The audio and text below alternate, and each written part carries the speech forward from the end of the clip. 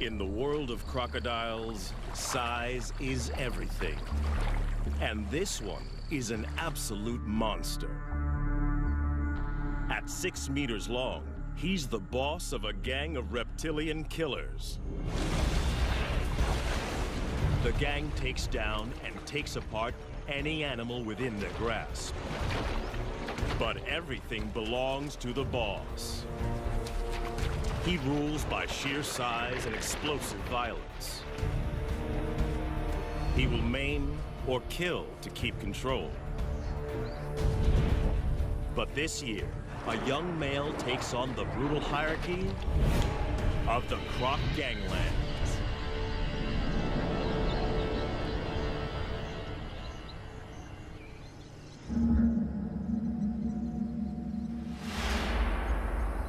When a baby hippo dies of heat stroke on this beach, only one crocodile has the right to claim the bounty.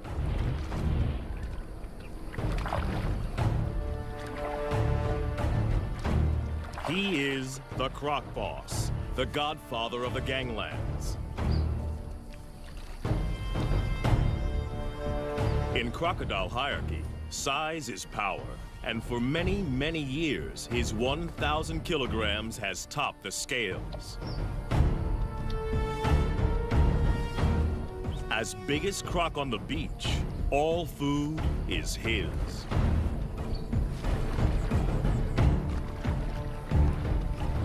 The other crocodiles don't have the power or rank to oppose him.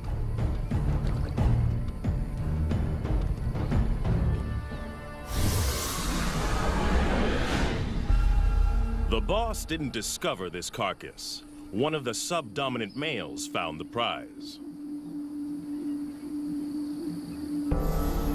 At 3 meters long, he is no small crocodile, but he lives on this beach and feeds at the discretion of Croc Boss.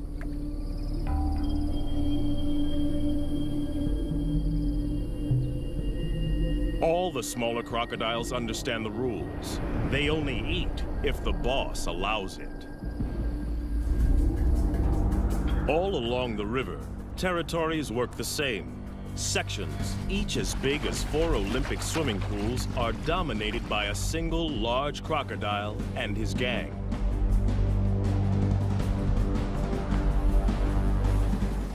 Croc Boss is the biggest of them all.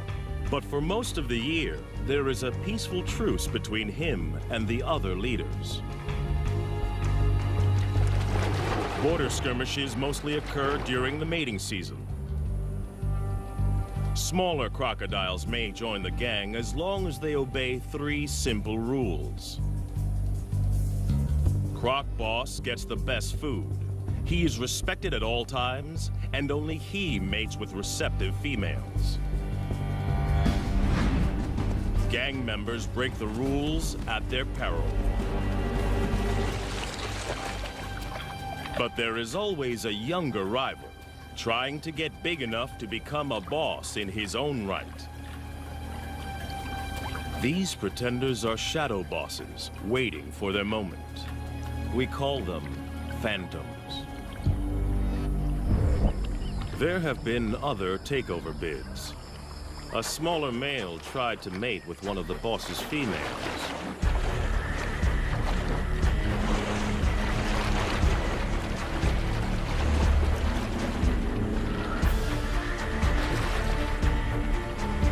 It was a reckless move.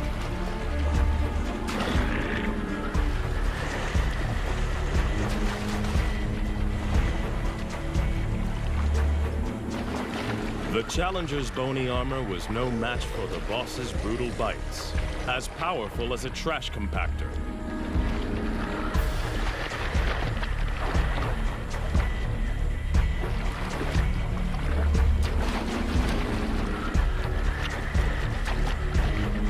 Discipline was swift and terminal.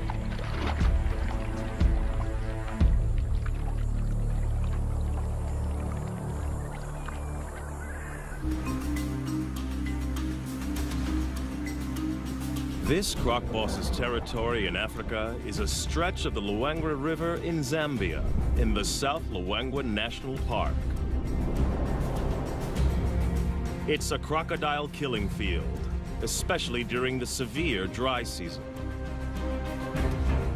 Inland lakes and pools dry up. And the river is the only water for kilometers around. All animals in the area must make long treks here to drink. And in 40-degree heat, many don't make it. The river's a lifeline and a death zone.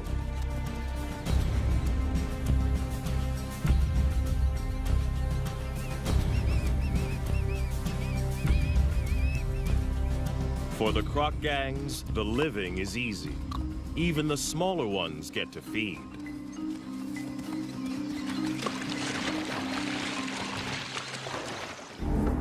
But crocs aren't the only gangs in town. Lions also know the riverbanks are teeming with easy pickings. And they're willing to fight the crocs for food. This puku antelope's caught between a rock and a hard place. After fleeing from the lions, he's stranded on an island in the croc-infested river. He's got to get off or starve.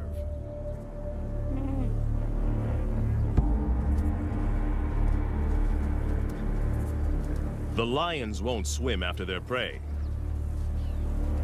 They'll wait for it to make a mistake.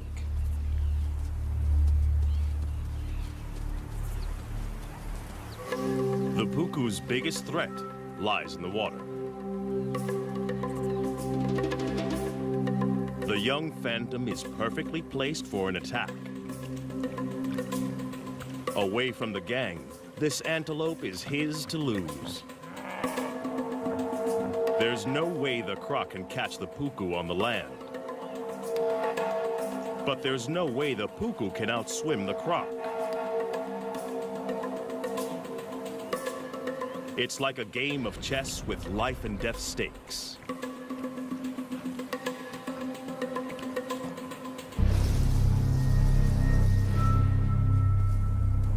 The puku has to use the land to put as much distance as he can between himself and the waiting croc, and figure out the shortest swim possible. The croc must anticipate the puku's escape route.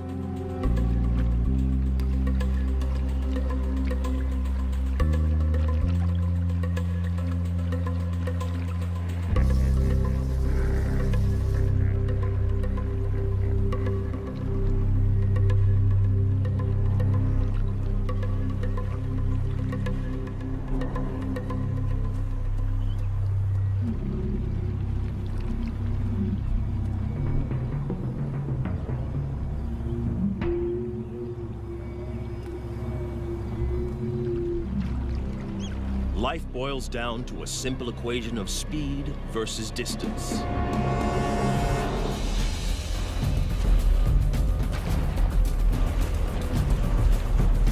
The croc submerges like a torpedo to reduce drag in the water.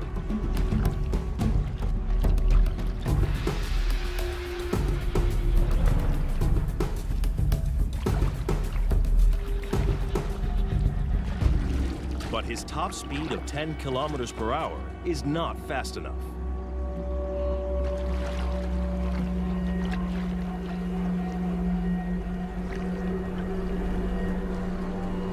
The puku's calculations pay off. He's foiled two top predators.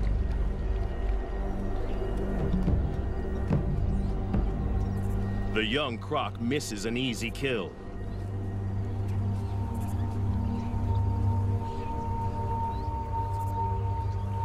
His solo hunting attempt is a failure.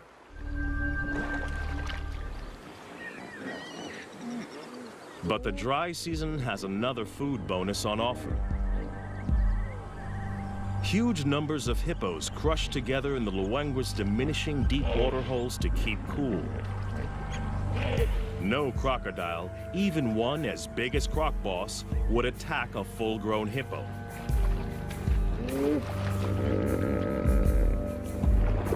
They are way too big and dangerous to take on.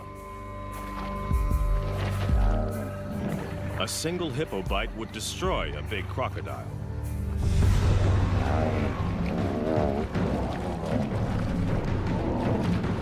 But the Crocs don't need to try to kill the hippos.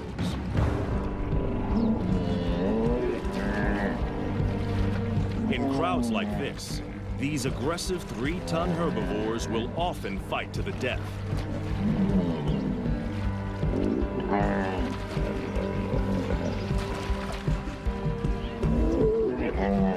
Leaving the Croc gangs with a meat bonanza.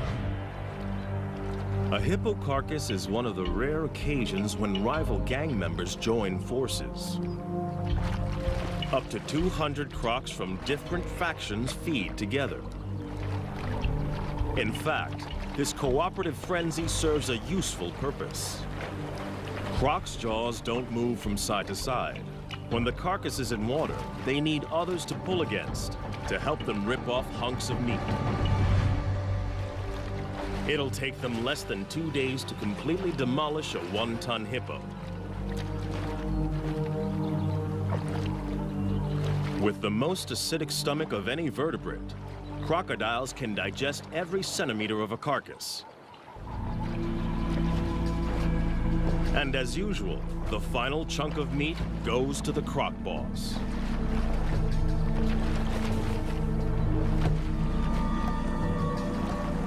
No other croc has the power to argue.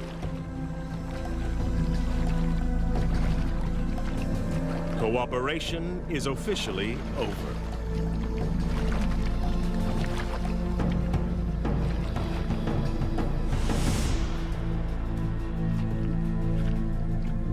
Back on dry land, the lion pride is also living well off the deadly dry season. There's no need to hunt when the scavenging is so good. They rule the riverbanks just beyond the Croc's reach.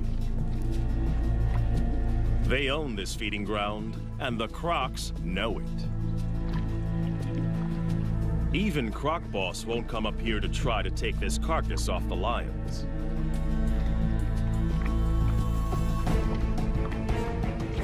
But anything that dies closer to the water is in no man's land.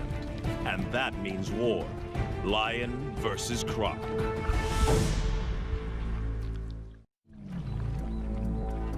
A dead elephant offers up a gigantic feast for the Croc gang. They didn't kill it. The deadly dry season serves up another meat mountain. In this brutal time, even elephants are vulnerable. They need massive amounts of water, up to 200 liters a day. If they don't get enough to drink, heat stroke can quickly kill them.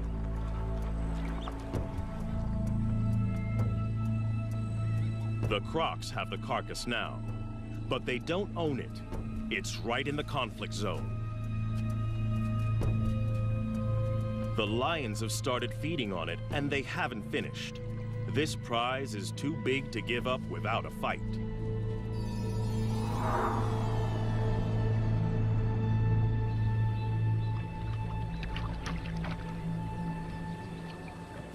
One young male wants more.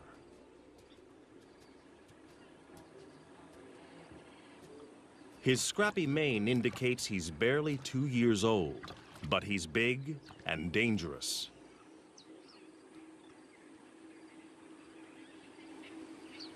Most of the Crocs know to keep their distance. Even this immature lion can kill them.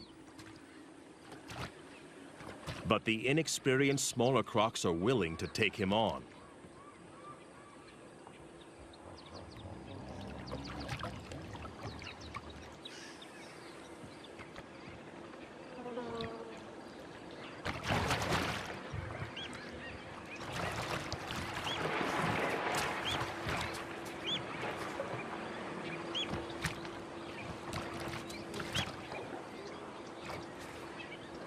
This is not a competition Croc Boss needs to get into. The pickings are slim, and if the gang wins, the carcass is his for the taking anyway.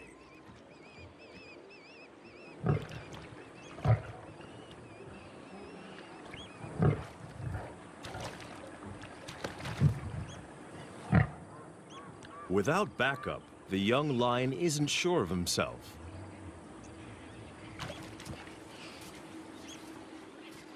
The crocodiles win today.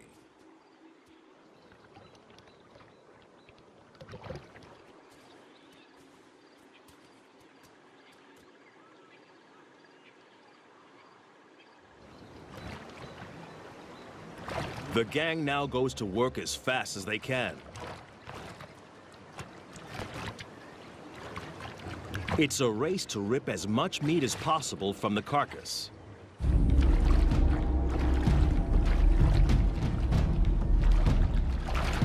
The young pretender wrestles a leg joint away from the smaller gang members. Aggression, theft, and brutality are the ultimate tools for survival. In crocodile hierarchy, bigger individuals are always looking to exploit the little guy.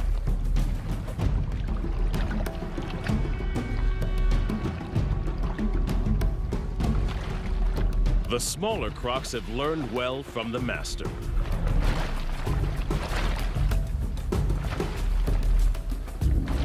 But there is only one master. Croc Boss comes to claim his dues.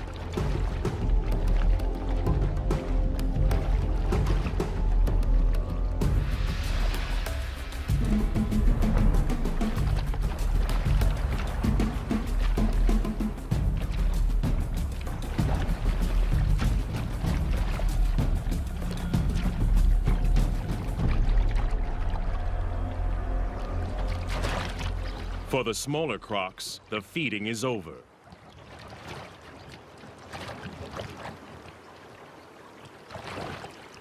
There is no way for the Phantom to mount a challenge.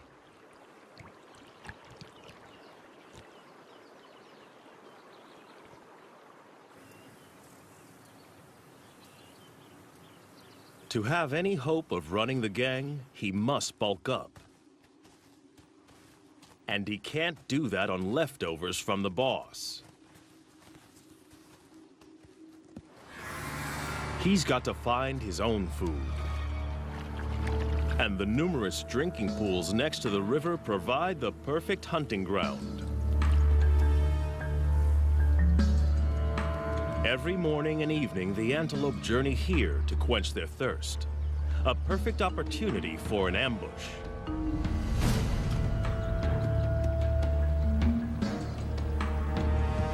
But the impala are on high alert.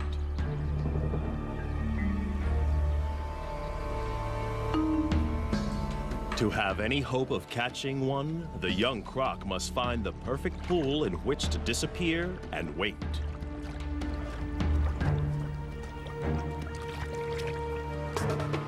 The impala are smart to the crocodile's strategy.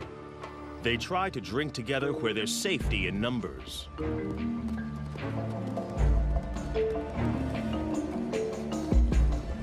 The crocodile must wait for a loner.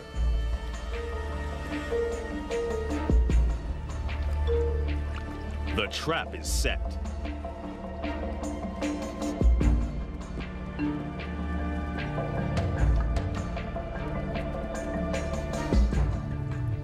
He can hold his breath for 2 hours. And this impala has no clue that below the surface lurks a ravenous crocodile poised to strike.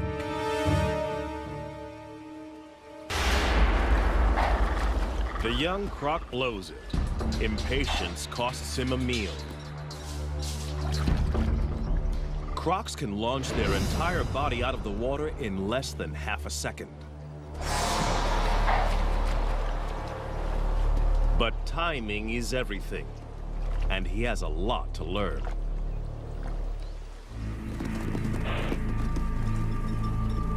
The prey is spooked.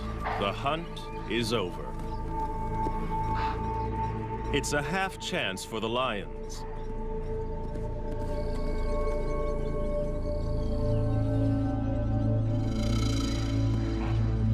But it's a long chase, too exposed. And they're not that desperate.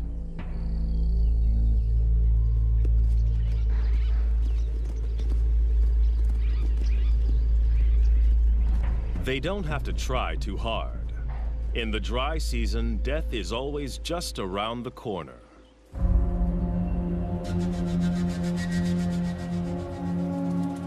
After the unsuccessful hunt, the young croc has to recover and recharge his batteries. Crocodiles bask to keep their body temperature up and digest more efficiently. Crocodiles are not cold-blooded. Their bodies are as warm as ours most of the time. They just have to work harder to keep their temperature between 33 and 35 degrees. Phantom needs to regain energy. During extreme exertion, crocodiles build up a huge amount of lactic acid. This is toxic and must be eliminated from their systems. The only way is rest. Part of Croc Boss's success is his energy strategy. He lets the smaller gang members exert themselves. They work and he eats.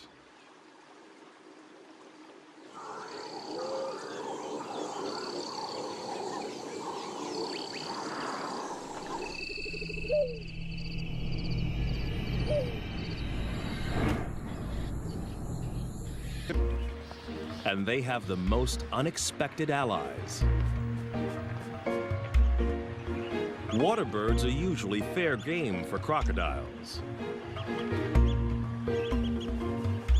But during the dry season, there's a truce. The birds don't fear the crocs. Instead, they collaborate with them. As water disappears from the inland lagoons, fish become trapped in the shallows. Jammed together, they are easy for the birds to catch. Every attempt nets a mouthful of fish. The crocodiles benefit in exactly the same way and work with the birds to corral the fish into ever tighter spaces.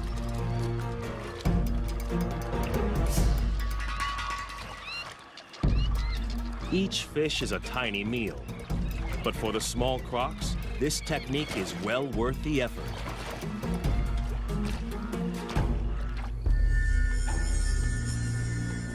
But for a monster like Croc Boss, chasing small fry is a total waste of energy. He'll wait and preserve his energy for bigger game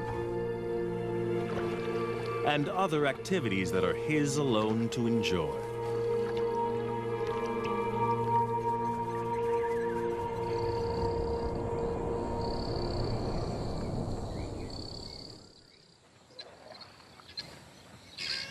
The dry season doesn't just bring a food bonanza. There's an even bigger prize, mating. The ritual begins at dawn. Lifting their heads, the females show submission and look for the most powerful croc to mate with.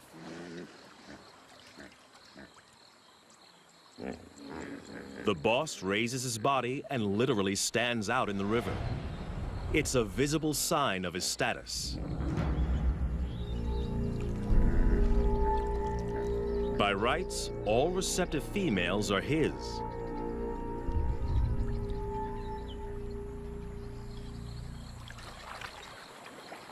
But the young pretender is also drawn in.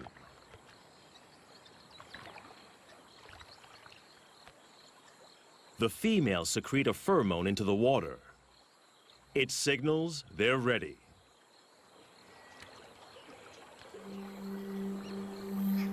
But even the boss must perform before he can mate.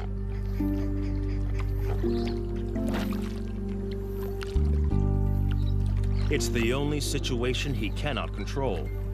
The final choice is made by the females. In mating season, females are permitted to wander through rival gang territories as they check out potential partners. The boss's head slaps and bubble blowing are the croc equivalent of beating the chest.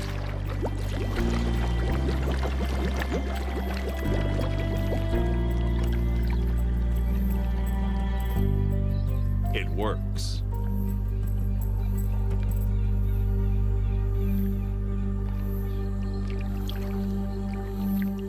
The smaller male can only watch. For a 1-ton monster, the boss's mating ritual is surprisingly tender. He blows bubbles that delicately tickle the female's sensitive neck area.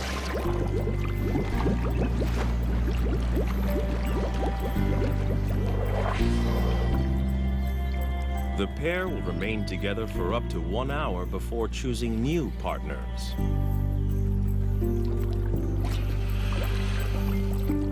But one smaller female is not prepared to wait.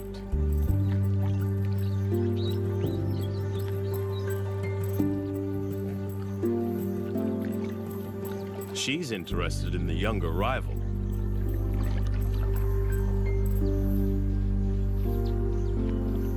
The boss's dance is coming to the end.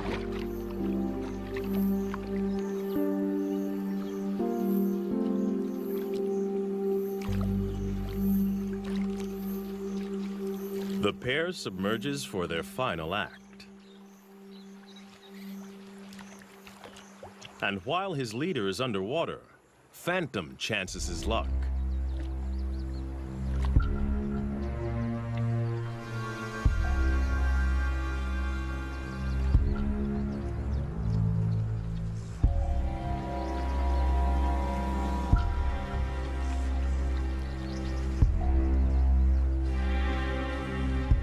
But the boss didn't get where he is by being inattentive.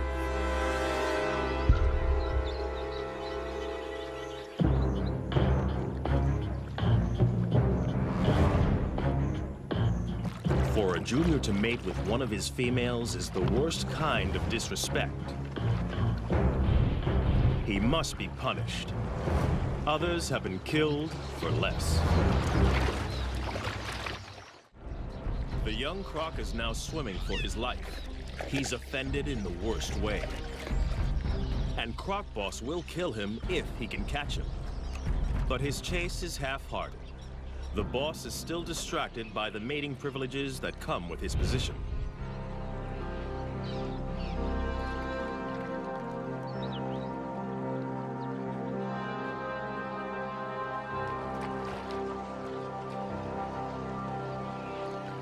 The young pretender gets off with a warning bite.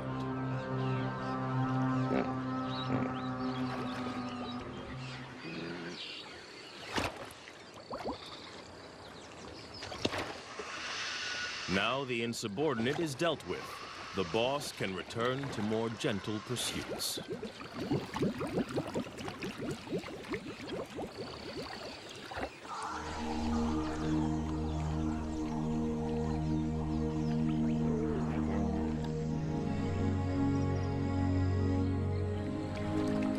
The right to mate is still a long way off for this young Croc. He needs to grow. And to do that, he's got to grab every opportunity to hunt.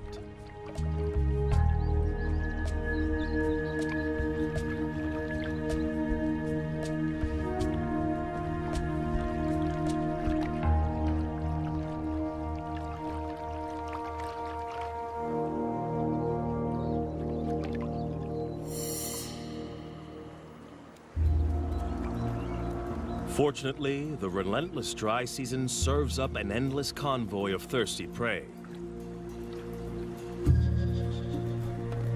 Twice a day, regular as clockwork, impala and wildebeest gather to drink.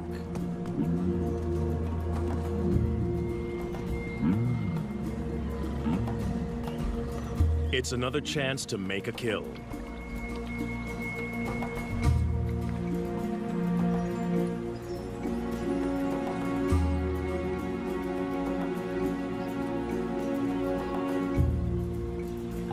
These impala are safe.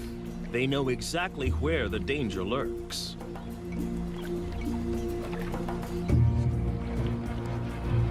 Some even follow the Croc to keep an eye on him.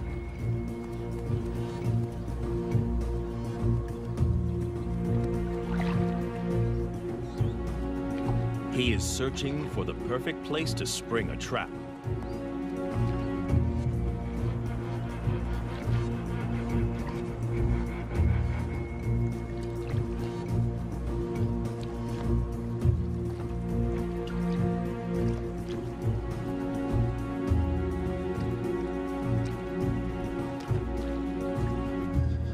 Even when he finds a likely pool, watching impalas raise the alarm.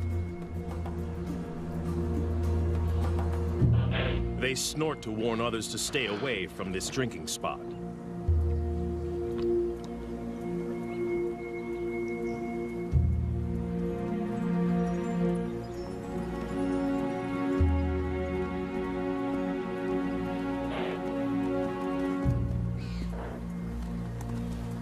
But with an unending stream of animals coming to drink, it isn't long before one individual doesn't get the message.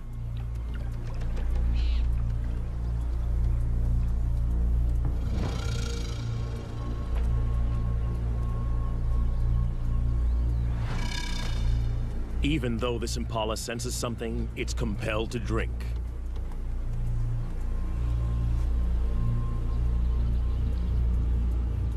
Thirst overrides fear. But it's braced for danger.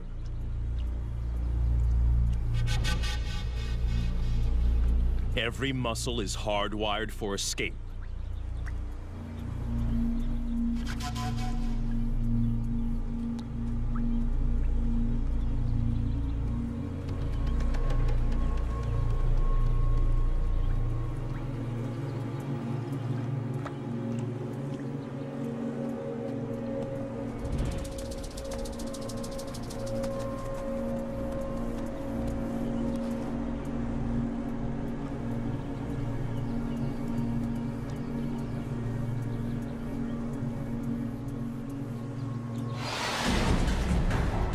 Perfect strike. But can the young croc hang on? For a second, it looks like this impala might escape. But it dislocates its leg, and it's all over.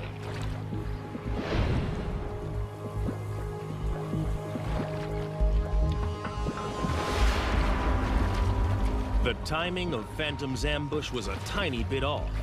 He only manages to grab the impala's horn, and is forced to bite again.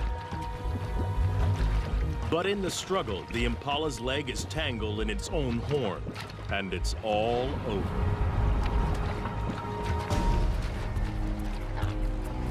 It won't be a quick death.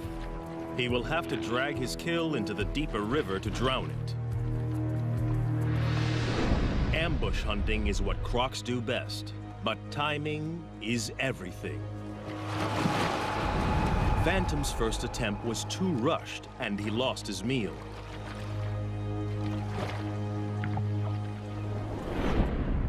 But the young pretender is learning. This time, he patiently waited for the impala to make a crucial mistake.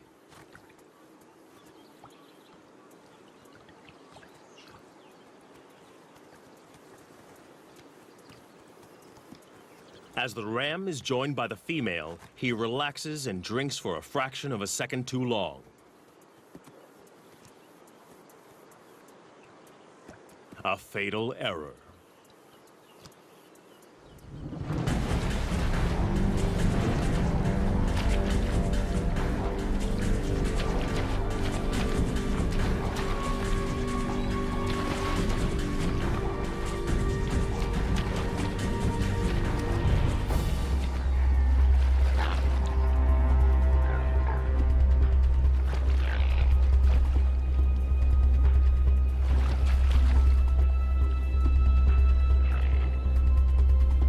But the croc has made a mistake too. His perfect ambush is in full view of the gang. Now he must fight to keep it.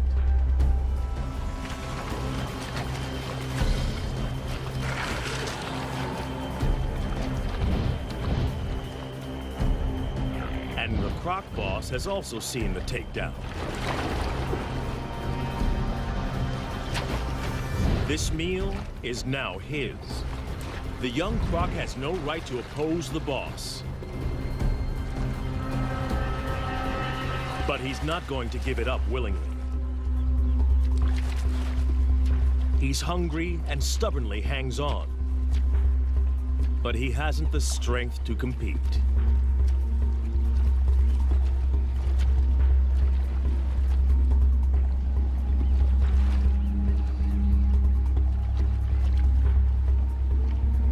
The rest of the gang fights to get a bite onto the impala.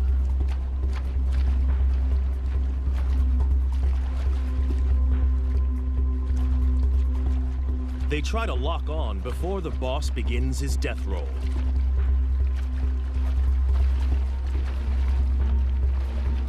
As the giant spins, he literally tears the impala to pieces. Any of the gang that can hang on may end up with a big chunk of meat. The impala has gone from living animal to meat chunks in a couple of seconds. Some of the gang manages to snag a piece, but not the pretender. In the ganglands, catching the prey doesn't guarantee you eat the prey. Hunting and fighting are a major drain on a smaller crocodile's energy reserves.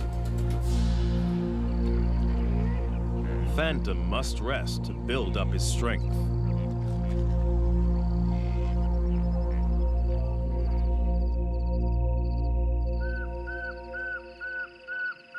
Other animals have no such energy restrictions. Away from the river, the African night hums with activity. For the prey species, the danger doesn't let up just because it's dark. Impala and puku rarely lie down to sleep for more than 10 minutes at a time. There are too many predators on the hunt, so they are forced to stay awake and alert.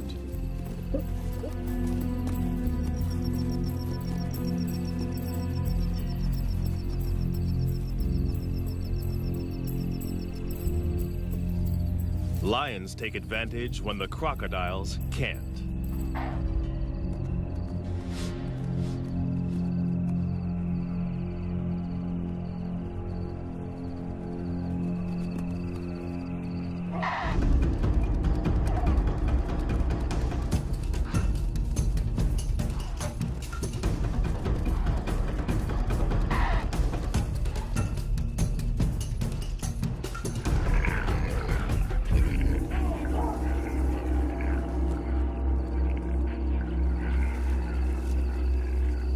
Tonight, a puku loses the battle.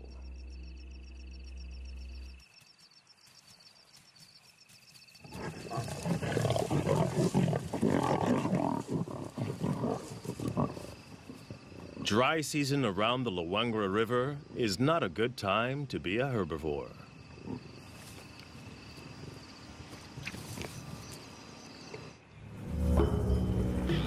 Another day, another death. Another free meal for the croc gangs. As the sun warms the crocs, it triggers a feeding frenzy on the hippo carcass. Crocs from multiple gangs wait in line to feed. Territorial differences set aside for the moment.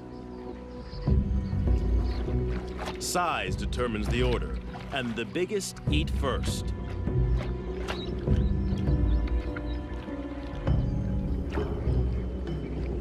The young pretender and the other smaller crocs must wait.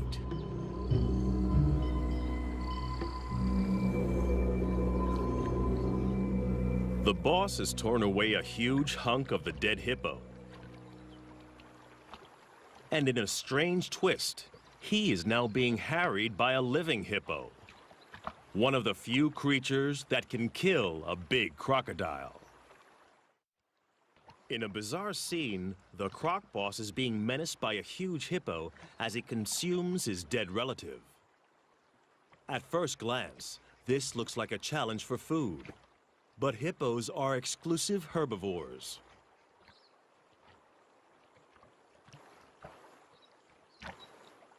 They've been known to lick carcasses, possibly for salt or minerals.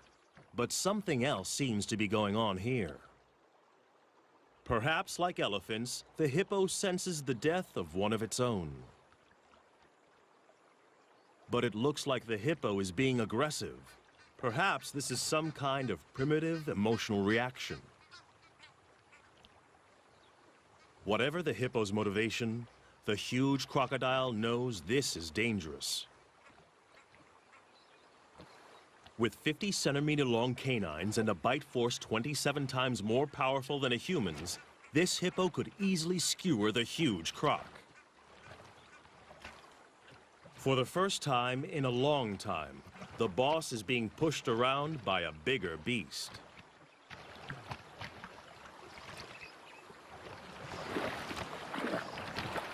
It's time to retreat.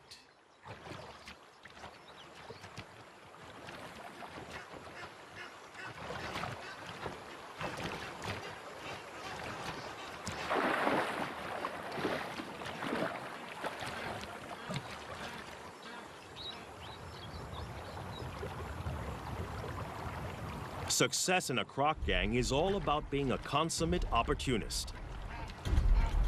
And now the young croc sees an opening. A chance for food. Perhaps the possibility to gain ground in the gang. But the croc boss doesn't share. And this bid for food has been interpreted differently.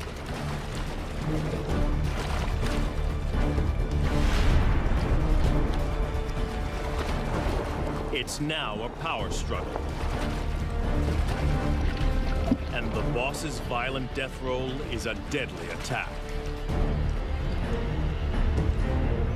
Instant retreat is the only acceptable way out, and the younger croc doesn't take it. This can only end in one of two ways: death or injury to the smaller croc.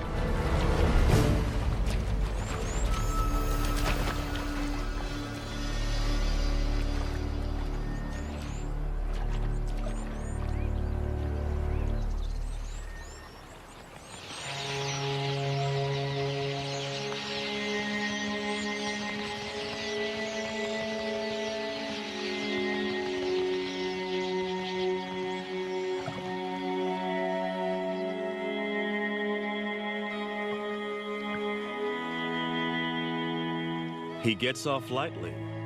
He is alive. But it's still a disaster.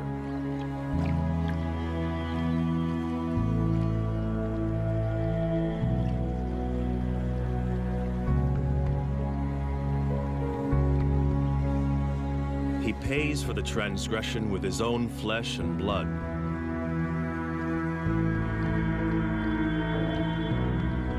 The monster croc ripped his top jaw clean off.